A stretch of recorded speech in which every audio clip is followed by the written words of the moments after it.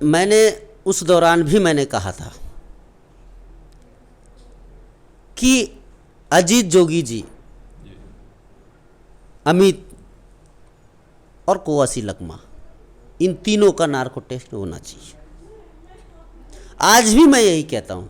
अजीत जोगी जी तो नहीं रहे, लेकिन अमित और लकमा जी तो हैं। एनआईए उनकी नार्को क्यों नहीं करा रही?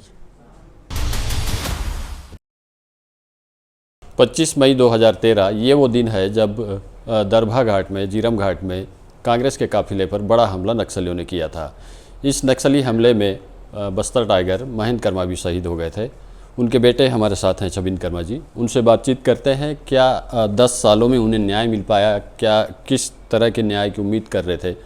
छबिन कर्मा जी, आप ये बताइए, 10 साल में क्या आप लोगों को न्याय मिल पाया? आपके परिवार को या जितने लोग शहीद हुए हैं उनके परिवारों को न्याय मिल पाया है? जब घटना घटित हुई थी उस टाइम भी भारतीय जनता पार्टी की सरकार थी छत्तीसगढ़ में, जिसके सह पे मुझे ऐसा लगता है कि ये घटना घटित हुई है। अब केंद्र में भारतीय जनता पार्टी की सरकार है, अब भी वो जांच होने नहीं दे रहा है, तो कहीं ना कहीं इस बात का मतलब ये क्लियर होते जा रहा है कि भारतीय जनता पार्टी का इन्वॉल्वमेंट रहा है। इस 10 साल के कार्यकाल में हम लोगों ने कभी भी ऐसा नहीं कि माननीय भूपेश बघेल जी से, मुख्यमंत्री जी से, मतलब हम लोगों ने कभी चर्चा नहीं किया, ऐसा नहीं। लगातार माननीय मुख्यमंत्री जी से हम लोग इस चीज़ को लेकर चर्चा करते रहे। पूरा परिवार, मतलब जितना भी पीड़ित परिवार है वो लगातार माननीय मुख्यमंत्री जी से टच में है। मैंने जितेंद्र मुदलियार से भी मैं लगातार चर्चा कर रहा हूँ कि क्या हो रहा है, क्या सरकारें हम लोगों को न्याय देगी, लेकिन मुझे नहीं लगता कि हम लोगों को कहीं न्याय मिलेगा। केंद्र में यूपीए की सरकार थी, हम लोगों ने एनआईए जांच की मांग की थी। यूपीए सरकार ने एनआईए जांच किया, जांच दल बनाया, जांच चालू हो गया। उस दौरान बीजेपी की सरकार थी, उसने यहाँ छत्तीसगढ़ प्रदेश में जो सरकार थी उसने बिल्कुल भी सहयोग नहीं किया। तो हम लोग सोचे चलो अब अपनी सरकार आएगी तो हम लोग कर लेंगे। अब चूंकि कांग्रेस की सरकार छत्तीसगढ़ प्रदेश में आई है और बीजेपी की सरकार केंद्र में है, तो वो अब वहाँ से रोक रही है। तो बीजेपी की सरकार या बीजेपी के जो लोग हैं वो कभी भी नहीं चाहे हैं कि जीरम का मामला सामने आए। मैं वही जानना चाहता हूँ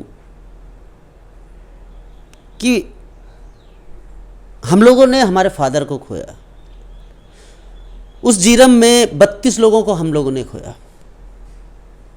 जवान, हमारे फ्रंट लेवल के जो लीडर्स हैं वो सारे लोगों को खोया।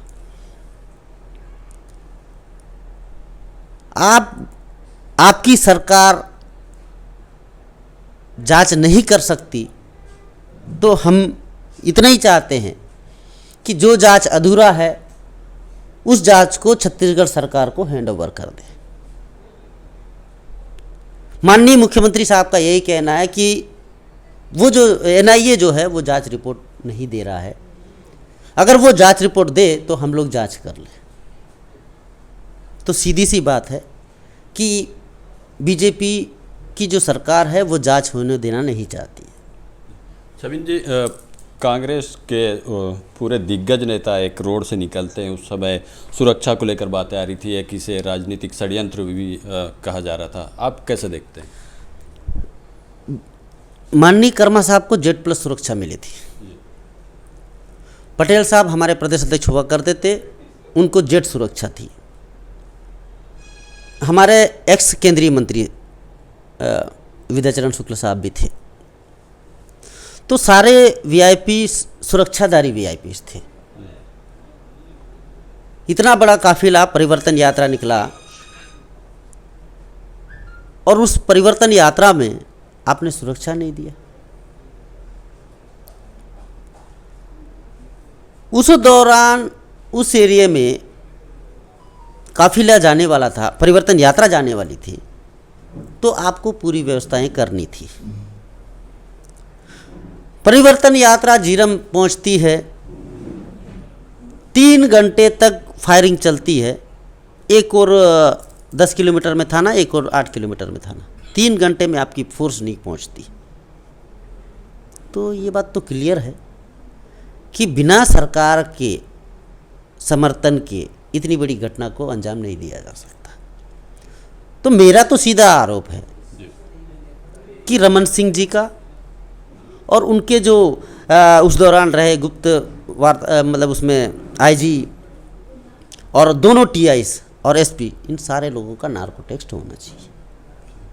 इसके अलावा क्या राजनीति से जुड़े, कांग्रेस पार्टी से जुड़े लोगों की भी इसमें कोई भूमिका संदिग्ध जान पड़ती है आपको? मैंने उस दौरान भी मैंने कहा था कि अजीत जोगी जी, अमित और कोवासी लकमा, इन तीनों का नार्को टेस्ट होना चाहिए।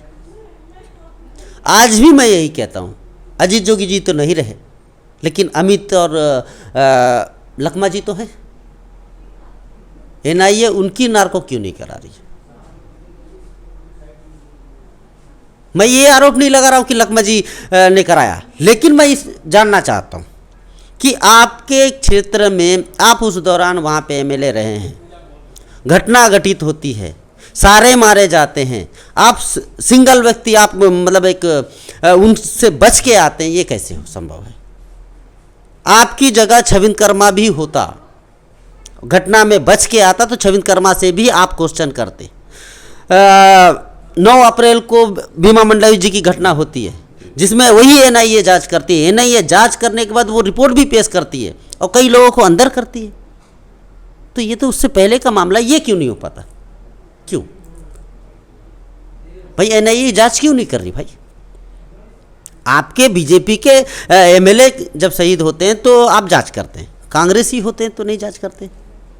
ऐसा दोहरा मापदंड क्यों? अमित जोगी और कवासी लखमा जी पर संदेह आपको किस आधार पे? देखिए, सबसे बड़ा बात यह है कि अमित जोगी हमारे परिवर्तन यात्रा से पहले उस दौरान पे हमको जो सूचना मिली थी कि वो नक्सलियों की बैठक करते घूम रहे, जगरगुंडा जैसे जगहों पे, गोलापल्ली जैसे जगहों पे बिना सुरक्षा के वो व्यक्ति जा रहे हैं। तो कोई व्यक्ति, राजनेता, बिना सुरक्षा के नक्सलियों के गढ़ में कैसे जाता है भैया यार? हम लोग भी तो राजनीति से बिलोंग करते हैं। हम लोग तो बिना सुरक्षा के नहीं जा पाते। आप लगातार जंगलों में घूम रहे थे। कवासी लखमा जी, आप तो एमएलए थे, वहाँ क्या एमएलए आप हैं? आपके बुलावे पे वहाँ पे परिवर्तन यात्रा आया, तो जवाबदारी किसकी बनती है? कवासी लखमा की बनती है। तो कवासी लखमा का नार्को क्यों नहीं होना चाहिए? और क्या हुआ? हम लोग भी जानना चाहते हैं कि लखमा जी भी खुल के बताते कि क्या हुआ। नार्को में तो क्लियर आ जाएगा कि किसका इन्वॉल्वमेंट है। हम तो बस इतना ही चाहते हैं ना कि जिसका भी इन्वॉल्वमेंट हो वो बाहर आना चाहिए। हमको न्याय से मतलब है, हमसे मतलब कि जितने भी शहीद हुए हैं,